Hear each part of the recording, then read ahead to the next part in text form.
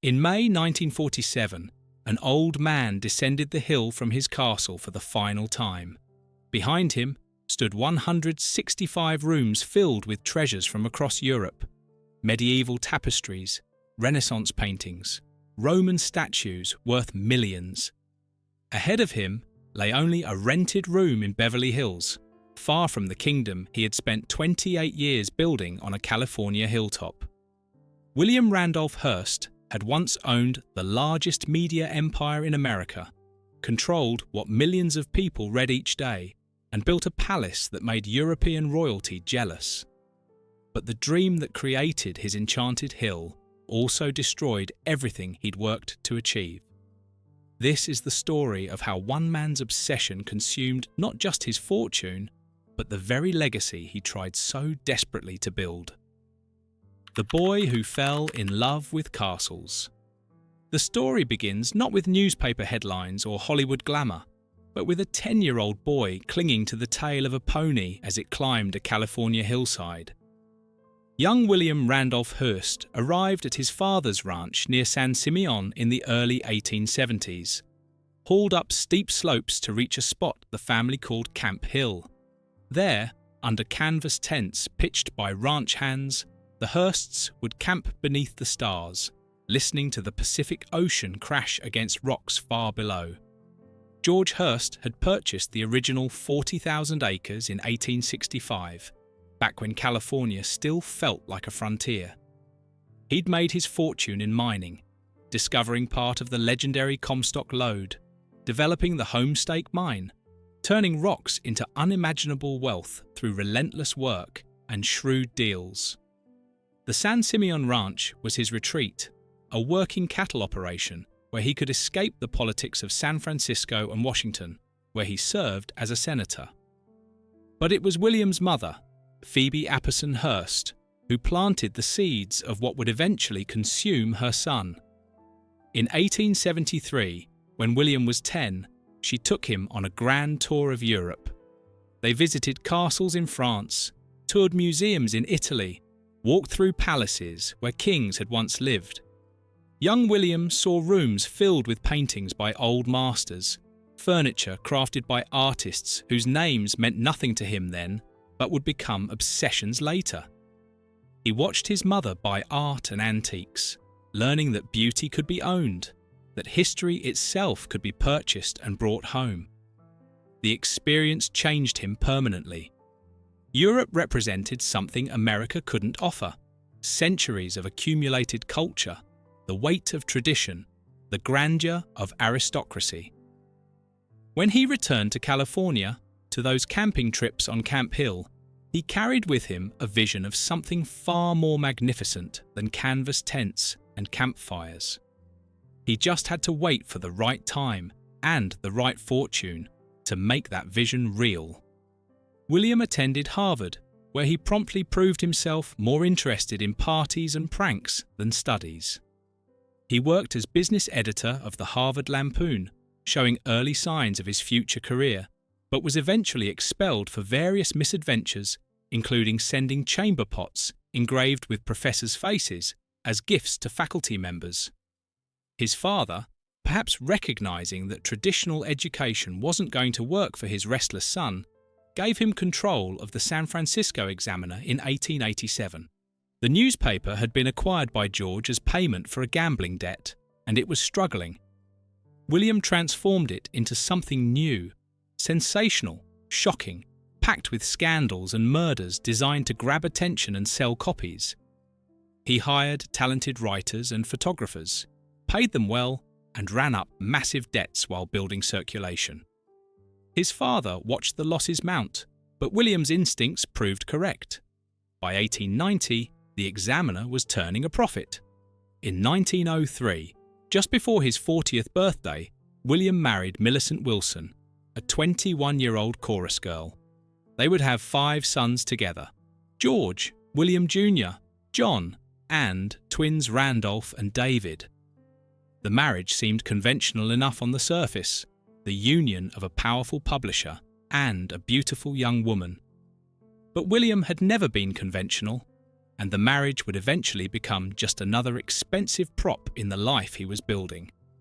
When Phoebe Hearst died in 1919, William inherited not just the San Simeon property, but thousands of additional acres his mother had accumulated. The estate had grown to nearly 250,000 acres of California coastline and inland ranges, an empire of land waiting for someone to build upon it. William was 56 years old, wealthy beyond measure from his newspaper holdings, and finally ready to create the castle he'd been dreaming about since he was 10 years old. But before he could build his dream, he needed someone who could understand it. The architect who could build dreams. Julia Morgan was not an obvious choice to build America's most ambitious private residence. She was a woman in a profession dominated entirely by men, working in an era when female architects were so rare they were treated as curiosities. But by 1919, she had already proven herself exceptional. Born in 1872 in San Francisco, Morgan had been the first woman admitted to the architecture program at the École des Beaux-Arts in Paris, the most prestigious architecture school in the world. She'd endured years of discrimination and skepticism, sitting through entrance exams multiple times before finally being admitted in 1898 and graduating in 1902. When she returned to California and opened her practice in 1904, she became the first licensed female architect in the state. Morgan specialized in institutional buildings, churches, schools, YWCAs. Her work was elegant, precise, and deeply respectful of historical styles while incorporating modern techniques. She'd already designed buildings for Phoebe Hearst, William's mother, which is how she came to his attention. In 1919, shortly after his mother's death, Hearst summoned Morgan to discuss a project. The story of their first meeting has become legendary. Hearst reportedly told her they were tired of camping out in the open at the ranch in San Simeon, and he wanted to build something a little more comfortable. Morgan, who had seen the site, understood immediately that Hearst wasn't talking about a simple ranch house. She asked what he wanted.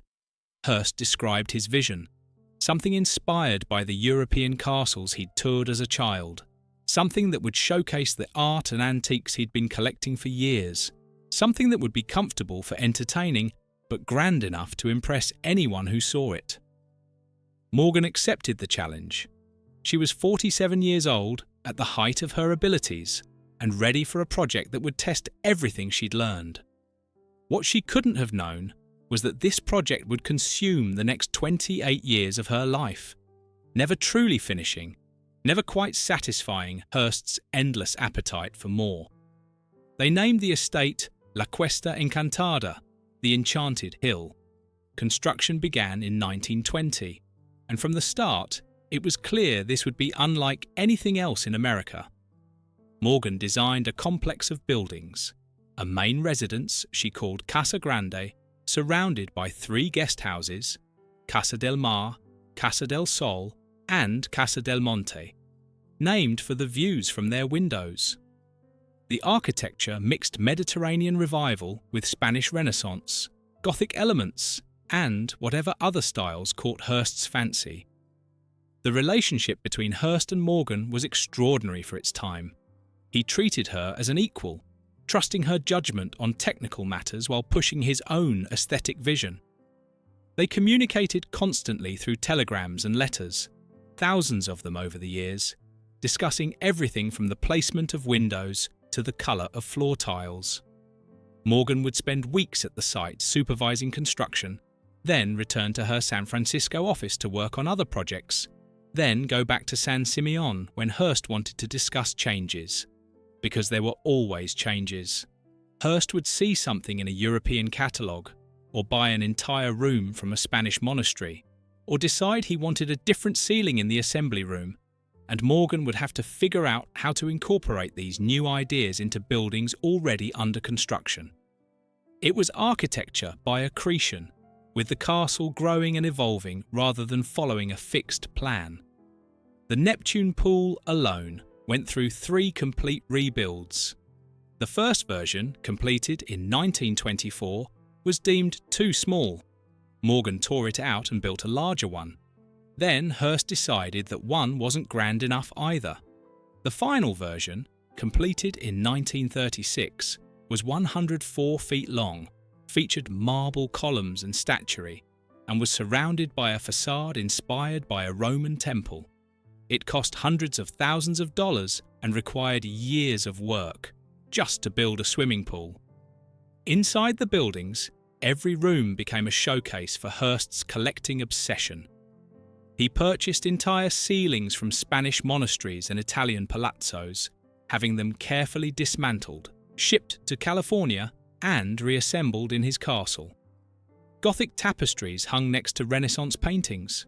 Roman statues stood in gardens designed by French landscape architects. It was a museum masquerading as a home, except Hearst actually lived there, moving from room to room through corridors lined with priceless artifacts. The assembly room featured a fireplace from a Burgundian chateau and a ceiling from an Italian palace.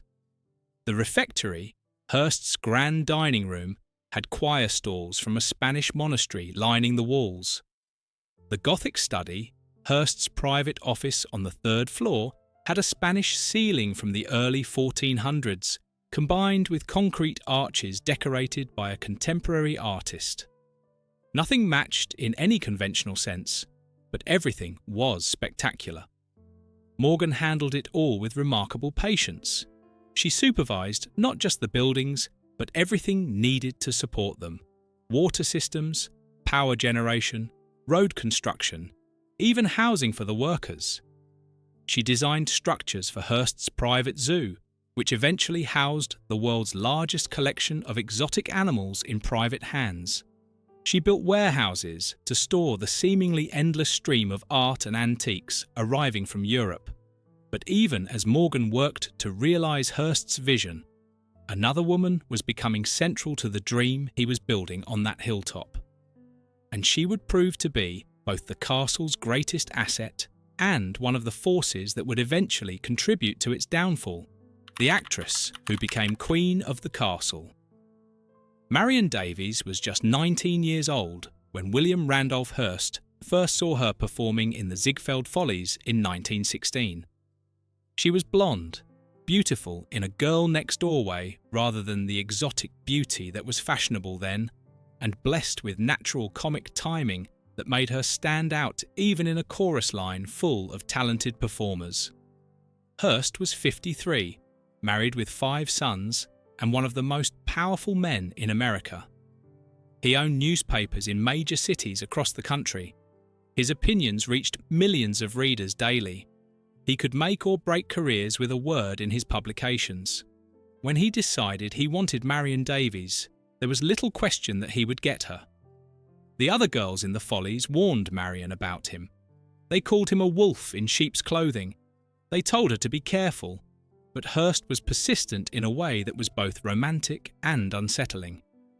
He attended the Follies every night for 8 weeks, sitting in the front row, sending flowers and gifts, watching Marion perform. He arranged for her to be photographed in elaborate costumes without her knowledge. He was courting her with the resources of his empire, and Marion, young and ambitious, found herself drawn into his orbit. By 1917, their relationship had become intimate, even though Hearst was still married to Millicent. His wife knew about the affair. Everyone did. But divorce was out of the question. Millicent refused to give Hearst the freedom to remarry, and Catholic doctrine meant he couldn't simply walk away from his marriage. So Marion became his mistress, a relationship that would last until Hearst's death 34 years later, but one that left her forever on the outside of respectable society. Hearst threw his resources into making Marion a movie star. In 1918, he formed Cosmopolitan Pictures specifically to produce her films. He signed her to a $500 per week contract, excellent money for a young actress, and used his newspapers to promote her relentlessly. Hearst newsreels featured her. His publications ran favourable reviews regardless of the film's quality. He made Marion the most advertised actress in the world. The tragedy is that Marion had genuine talent. She was a gifted comedian with natural timing and charm. Films like The Patsy and Show People from 1928 showcased her abilities perfectly.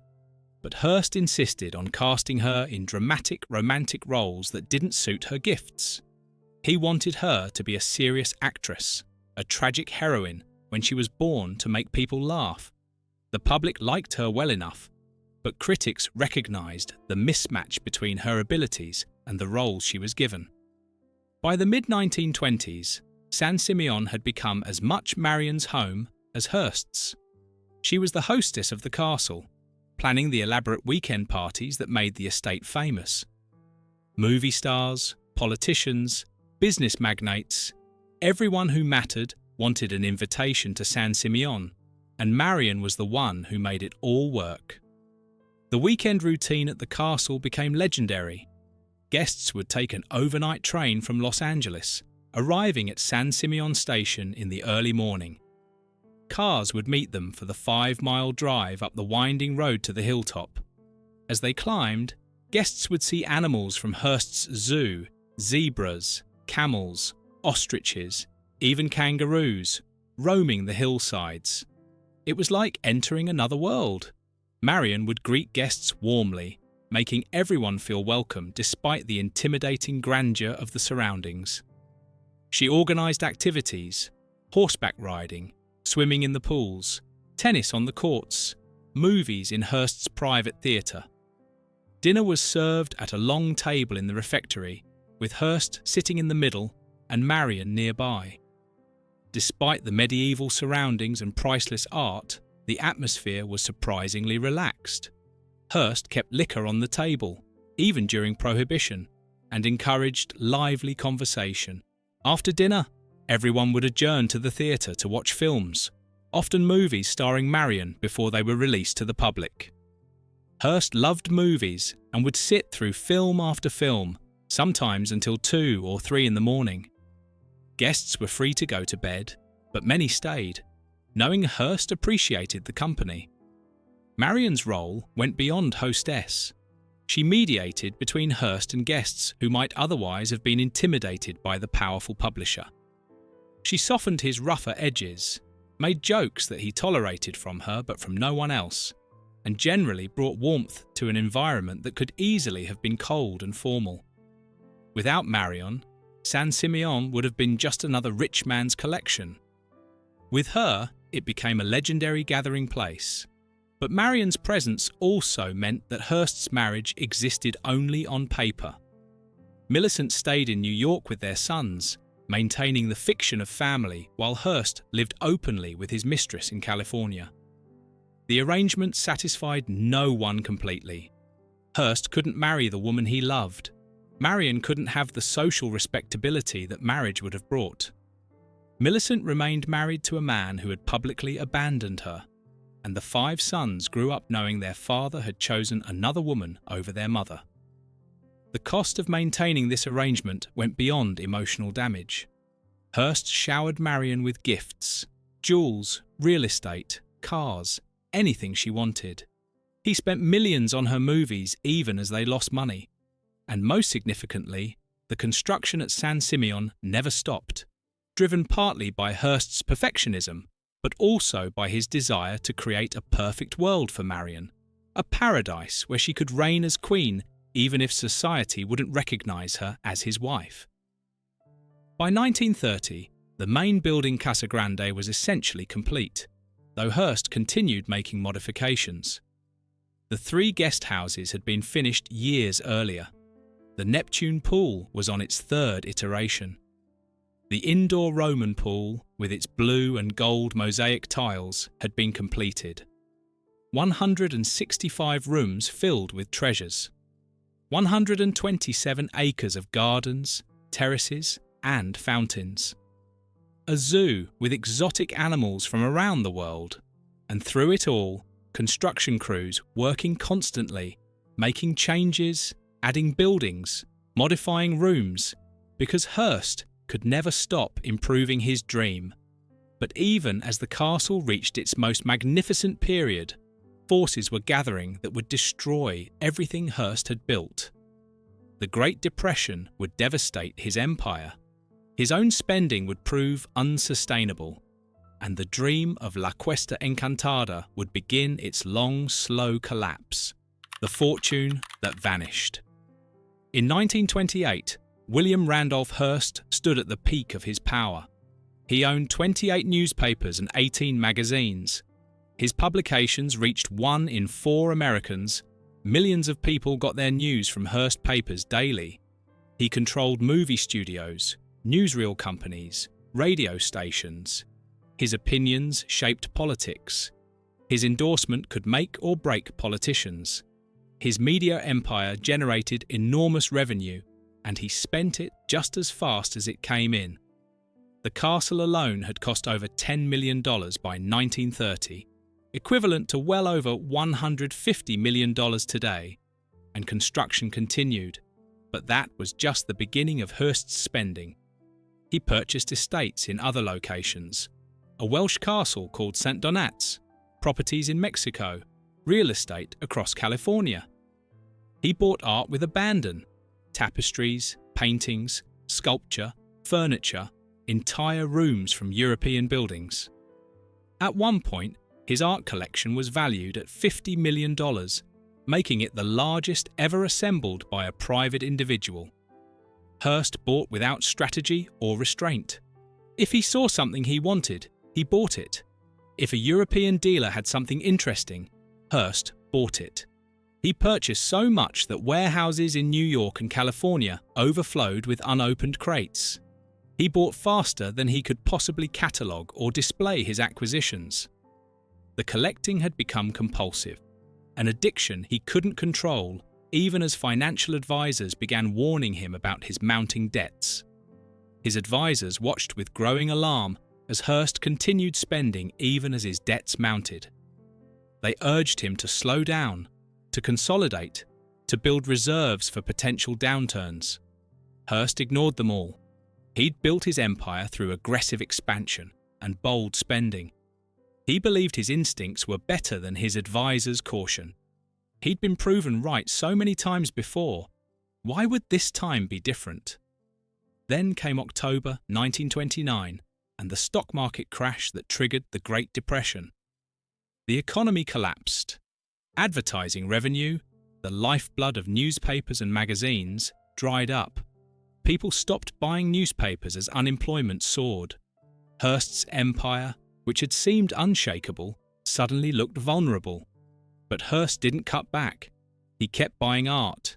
He kept spending on Marion's movies, even as they lost money at the box office. He kept the construction going at San Simeon.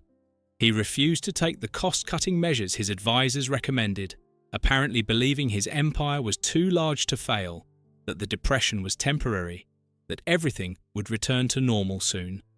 It didn't. By 1933, San Simeon itself had to be mortgaged to Harry Chandler, owner of the Los Angeles Times, for $600,000.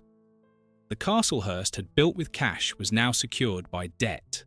The financial situation worsened throughout the mid-1930s. Circulation at Hearst papers continued declining as competitors like the New York Daily News gained readers. Union strikes hit his properties. Boycotts organised by groups Hearst had criticised hurt his bottom line.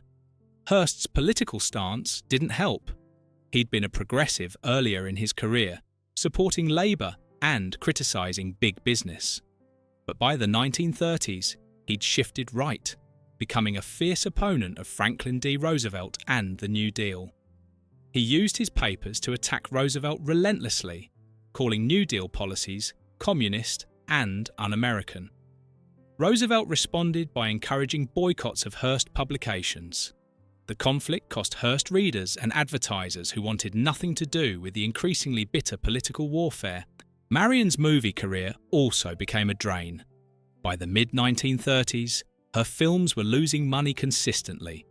Hearst kept financing them through Cosmopolitan Pictures, kept using his newspapers to promote them, but audiences had moved on. Marion was approaching 40, and Hollywood had decided she was too old for leading roles. The parts she was offered became smaller and less prestigious.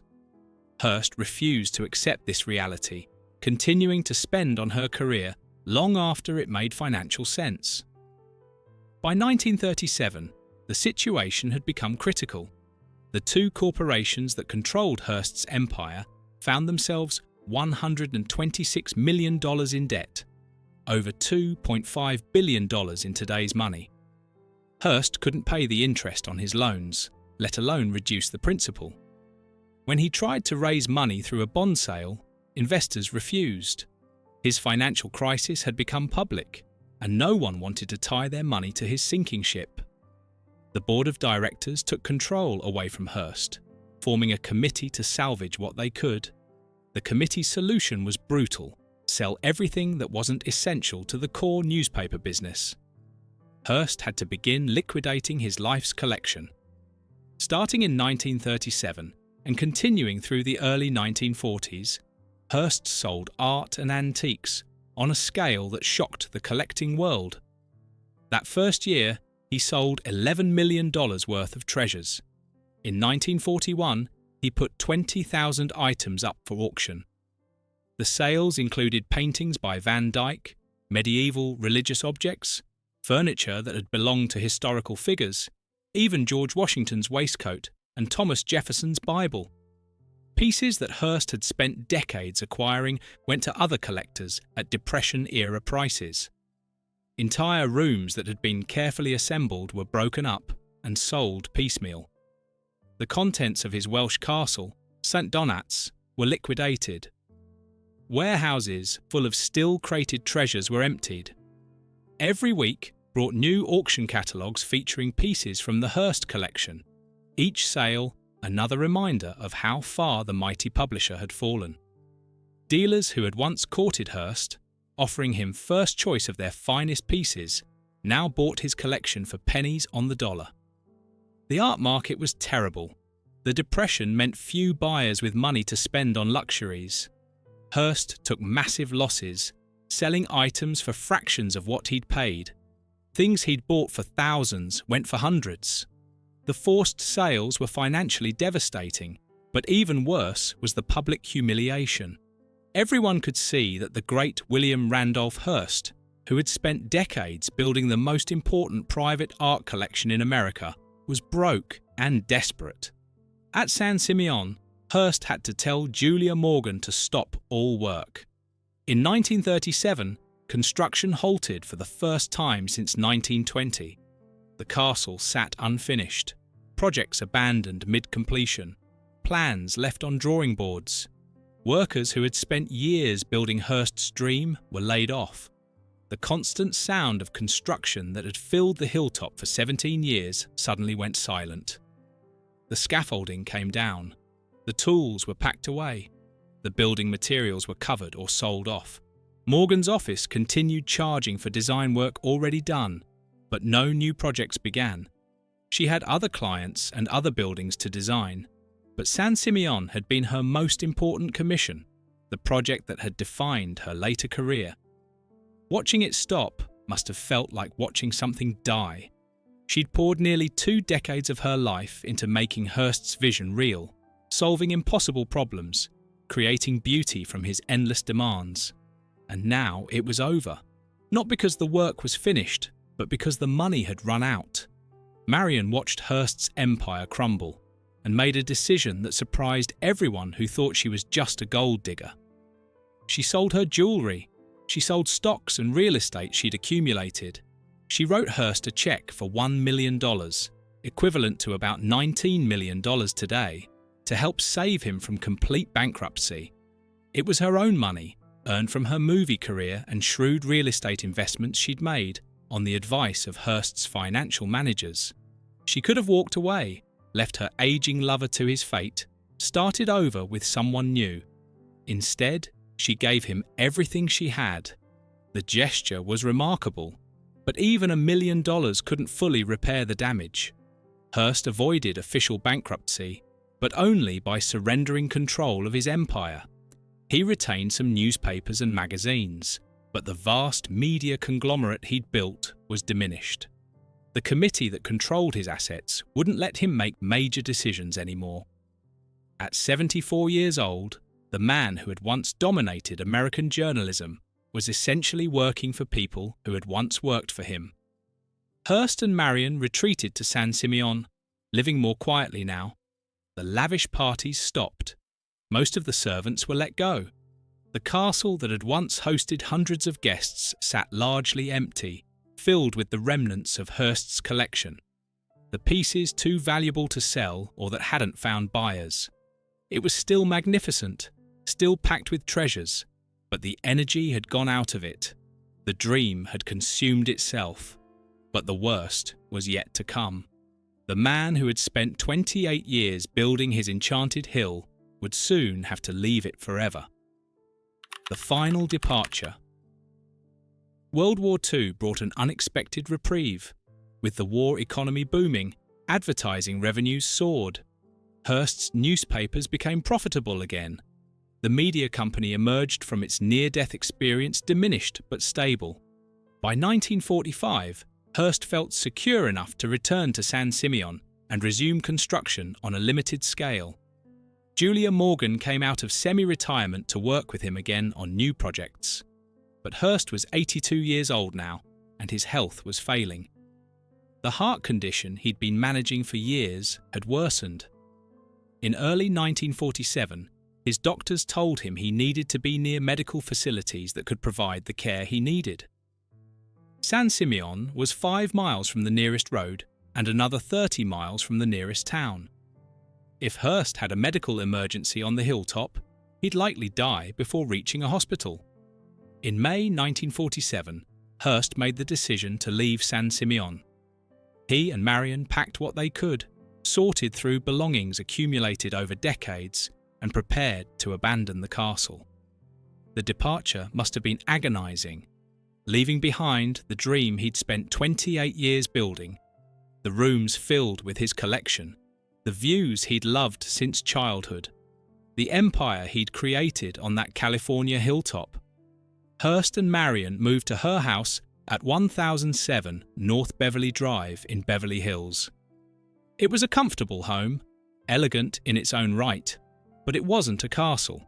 It had normal-sized rooms with regular ceilings, no medieval tapestries or Renaissance paintings, no sweeping views of mountains and ocean. Hearst went from living in 165 rooms on a palace to renting space in someone else's house. His kingdom had shrunk to a bedroom and an office. He spent his final years largely confined to that house. Friends visited, his sons came to see him. He read his newspapers, still maintaining some oversight of the media empire he'd built. But he never returned to San Simeon. The hilltop that had been his primary residence for nearly 3 decades was now just property he owned but couldn't use, a monument to dreams he could no longer fulfill. At San Simeon, the castle sat empty. Hearst retained a skeleton staff to maintain the buildings and grounds, but with no residents and no guests, the place felt abandoned.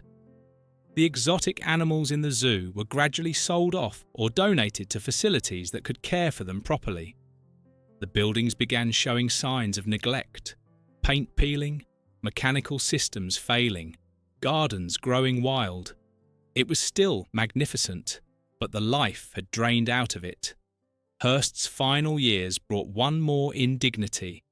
His family, particularly Millicent and their sons, had never forgiven him for the decades-long affair with Marion.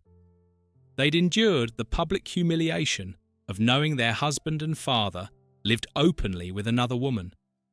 Now, as Hearst's health declined, they made sure Marion understood she would have no role in his final days. When Hearst died on August 14, 1951, at age 88, Marion was present at the house, but Hearst's family immediately took control, arranging the funeral and burial without consulting her. Marion wasn't invited to the funeral. The woman who had spent 34 years as Hearst's companion, who had given him $1 million when no one else would, who had been the hostess of his castle and the centre of his life, was excluded from his final goodbye. Marion later described being left with Hearst's empty room after his family took his body.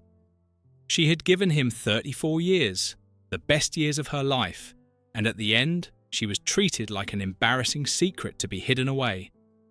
The cruelty of it broke something in her. She had always drunk heavily, but after Hearst's death, her drinking became worse. She died in 1961, just 64 years old, her legacy forever tangled with the man who had made her famous but couldn't give her respectability. As for San Simeon, Hearst's will had provided instructions. The castle and much of its contents were to be offered to the state of California as a gift, with the stipulation that it be maintained and opened to the public. The family was happy to comply. The estate was expensive to maintain and served no practical purpose. In 1957, 6 years after Hearst's death, the Hearst Corporation officially donated the property to the state. Julia Morgan, the architect who had spent 28 years helping Hearst build his dream, had closed her San Francisco office in 1950, retiring after a career of 42 years. Her health declined rapidly. She had given so much of her life to the castle, working through problems that would have defeated lesser architects, creating buildings that combined her technical mastery with Hearst's aesthetic vision. She died in 1957, the same year the castle was donated to California, never seeing what would become of the project that had defined her later career. The castle becomes a museum. Today, Hearst Castle is one of California's premier tourist attractions, visited by hundreds of thousands of people each year. The state operates it as a museum and park, offering tours that showcase the assembly room, the refectory, the pools, and bedrooms. Visitors climb the same stairs Hearst climbed, walk through the same rooms where Hollywood stars once gathered, swim in pools where Marion Davies once hosted parties. The irony is complete. Hearst built his castle as a private retreat, a place where he could escape public scrutiny and live as he pleased with the woman he loved. He spent decades and tens of millions of dollars creating a world that would be his alone. And now thousands of strangers tour through it every week, gawking at his possessions, taking photos of his bedroom, swimming in his pools. The most private dream imaginable has become utterly public. The castle that consumed Hearst's fortune and contributed to the destruction of his empire now generates revenue for the state. The rooms that once hosted private parties for the rich and famous now hold ordinary tourists in sensible shoes. The terraces where Hearst walked with Marion now have railings and safety signs. The Enchanted Hill has been domesticated, made safe and accessible for public consumption. Much of Hearst's original collection remains at the castle, though pieces continue to be discovered, sold, or reassigned. The Spanish ceilings are still in place. The Gobelin tapestries still hang on walls. The fireplaces, the furniture, the statuary, most of it stayed with the castle when it was donated. Walking through the rooms feels like visiting a time capsule from a vanished era, when one man's wealth and vision could create something this extraordinary. But something essential was lost when Hearst left. The castle without its creator feels empty despite all the treasures. The rooms are beautiful, but they're museum rooms now, roped off and climate-controlled. You can see them, but not live in them. The pools are occasionally opened for special events, but mostly they sit still and perfect, beautiful but unused. The gardens are immaculate but formal, maintained by state workers rather than the armies of gardeners Hearst employed. And everywhere there are the unfinished projects, rooms that were being redesigned when construction stopped in 1947. Plans that Julia Morgan drew but never implemented. Buildings that were sketched but never built. The castle is frozen at the moment Hearst's health forced him to leave, incomplete despite 28 years of construction, still evolving when evolution stopped. The story of Hearst Castle is often told as a tale of excess. A rich man who spent too much, collected too compulsively, built too grandly, and paid the price when his fortune evaporated. There's truth in that interpretation. Hearst's spending was genuinely reckless. His refusal to cut costs during the Depression was financially disastrous. His compulsive collecting bankrupted him. But there's another way to understand what happened on that California hilltop. Hearst created something genuinely magnificent, a palace that combined architectural brilliance with the greatest art collection a private individual had ever assembled. He gave Julia Morgan the freedom and resources to do her best work. He preserved historical artifacts that might otherwise have been destroyed. And he created an experience, those legendary weekend parties that people remembered for the rest of their lives. The tragedy isn't that Hearst built the castle.